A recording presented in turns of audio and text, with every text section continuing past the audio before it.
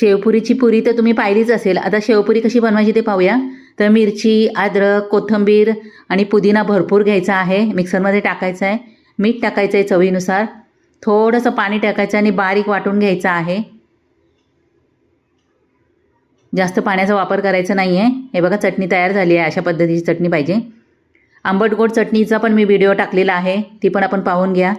आता बटाटे उकडून घेतलेले आहेत, मॅश करून घेतलेत.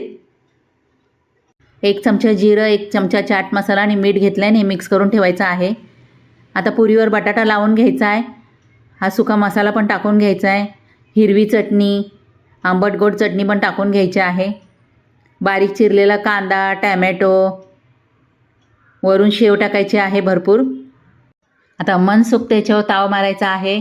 घरच्या घरीसुद्धा चांगली शेवपुरी बनवता येते, तर तुम्ही अशी शेवपुरी बनवून बघा, खूप छान लागते.